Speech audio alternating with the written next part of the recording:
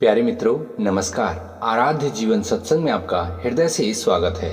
मित्रों, आपने अक्सर सुना होगा, लोग कहते हैं भगवान भाव के भूखे हैं, उन्हें कुछ नहीं चाहिए, केवल भाव चाहिए। जो भी कुछ अर्पित करो केवल भाव से अर्पित करो, क्योंकि भगवान को केवल भाव चाहिए।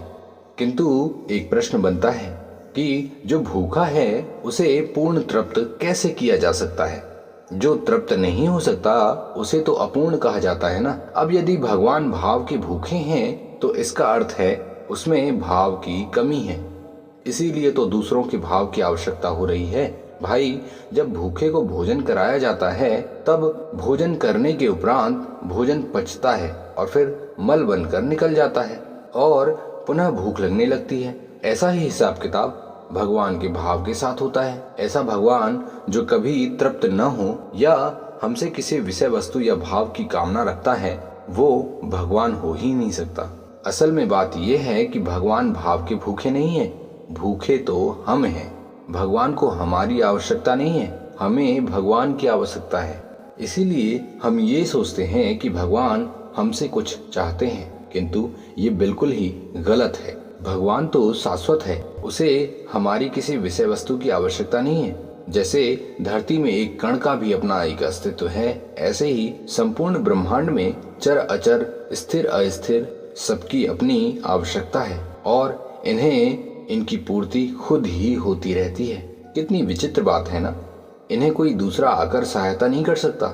जैसे सूर्य के प्रकाश के अंतर्गत जितने भी ग्रह आते हैं सब प्रकाशित होते हैं, सब अपने अपने स्थान पर स्थित हैं।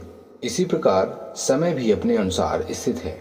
धरती हो या ब्रह्मांड हो, सभी जगह परम शक्ति का अपना अस्तित्व है। यहाँ ध्यान देने की आवश्यकता है उस परम शक्ति को कहाँ खोजा जाए। विवेक तर्क लगाइए, क्या वह परम शक्ति हमारे भीतर नहीं है? जो जड़ वस्तु है उसमें जड़ का नियम है तथा जो चैतन्य है उसमें चैतन्य नियम है। आप खुद देख लीजिए, बिना शाश्वत नियम के कुछ भी नहीं है। यही तो परम शक्ति है। अब इसे बाहर तथा भीतर दोनों में ही देखना अद्भुत बात है। बाहरी स्तर से देखें तो विराट नजर आता है और भीतरी स्तर से देखें तो शून्य प्रतीत होता है। ये तब होता है जब हम अपने द्वारा एकत्रित किए गए विचारों को त्याग देते हैं। बाहरी विषय वस्तुओं को देखने के लिए विवेक चाहिए। जब तक विवेक तर्क नहीं लगाएंगे तब तक उस परम शक्ति को पहचान नहीं सकते। इसलिए आपने सुना भी होगा कि भगवान जानने का विषय है, मानने का नहीं। ये बहुत ही सुंदर तर्क सिद्ध बात है। वास्तव में हमें भगवान को जानने की आवश्यकता है। मानना या न मानना तो जानने के बाद ही समझ में आता है। जैसे कोई हमसे कहे कि वह तुम्हारे दादाजी हैं, तो हमें ये जानने की आवश्यकता है कि वो हमारे दादाजी हैं या नहीं है। जब तक हम जानेंगे नहीं तब तक हमारा मानना व्यर्थ है। किसी ने हमसे चाचा जी को दादाजी कह दिया होगा, ये अज्ञानता या मजाक में भी हो सकता है। किंतु यदि हमने इस पर विचार नहीं किया तो चाचा जी को ही दादाजी कहते रह जाएंगे। मित्रों, ये गलती हमसे हो रही है। हमने जानने से पहले मान लिया। ठीक इसी प्रकार उस परम शक्ति के लिए हमारी भ्रांति हो रही है। हमें ईश्वर भगवान या परम शक्ति को जानने की आवश्यकता है। जब तक हम उस वैश्विक नियम या शाश्वत नियम को नहीं जानेंगे तब तक हमारा भटकाव निरंतर होता ही रहेगा। इसीलिए सर्वप्रथम भगवान के विषय में जो भी तथाकथित बातें हमने सुनी हैं उन पर विचार करने की आवश्यकता है। पहले ही सब कुछ मानने की आवश्यकता नहीं है, बिल्कुल नहीं है और किंचित मात्र भी नहीं है। इस वैश्विक नियम अर्थात शाश्वत नियम के अंतर्गत सारे कर्म हो रहे हैं। ये अनादिकाल से हो रहा है और अनंत समय तक होता ही रहेगा। समय, परिवर्तन तथा शाश्वत, इन तीनों को समझने की अति आवश्यकता है। समय सर्वत्र है, परिवर्तन सर्वत्र है तथा इसी प्रकार शाश्वत भी सर्वत्र है। तो इसी शाश्वत नियम में सब कुछ बंधा हुआ है। ज्ञानी, ध्यानी, ब्रह्मा, परमात्मा, ईश्वर, ब्रह्म तथा जड़ चेतन सब कुछ इस शाश्वत नियम में ही है। इसे ही समझने की आवश्यकता है। और हाँ, शाश्वत नियम को और भी गहराई से समझने के लिए खुद को देखने की आवश्यकता है। जो खुद में है वही दूसरों में भी है। जड़ और चैतन्य दोनों पृथक हैं। जड़ का अपना अस्तित्व है, चैतन्य का अपना अस्तित्व है। जड़ चैतन्य नहीं होता और चैतन्य जड़ नहीं होता।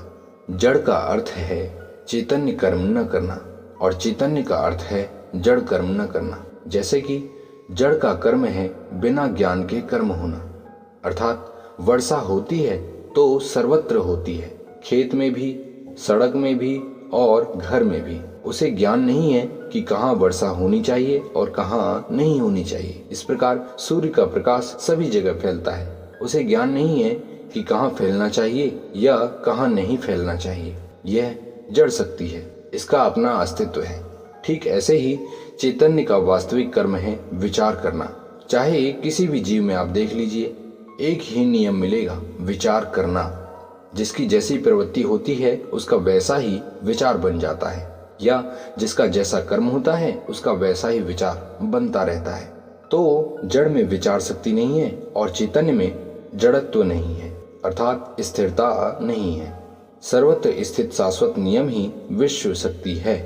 अब इसे भगवान मानकर इसके सामने नाक रगड़ कर कहें कि भगवान भाव के भूखे हैं, तो आप ही बताइए ये कहाँ तक सही है या गलत है। और अब तो आप खुद ही विचार करके देख सकते हैं, भगवान, ईश्वर या परमात्मा जैसे शब्दों के ऊपर व्यापार चल रहा है। मनुष्य को वास्तविक ज्ञान की आवश्यकता है और इसीलिए वास्तविक ज्ञान की तलाश निरंतर करता ही रहता है। इस तलाश में भटकाव निरंतर होता ही रहता है।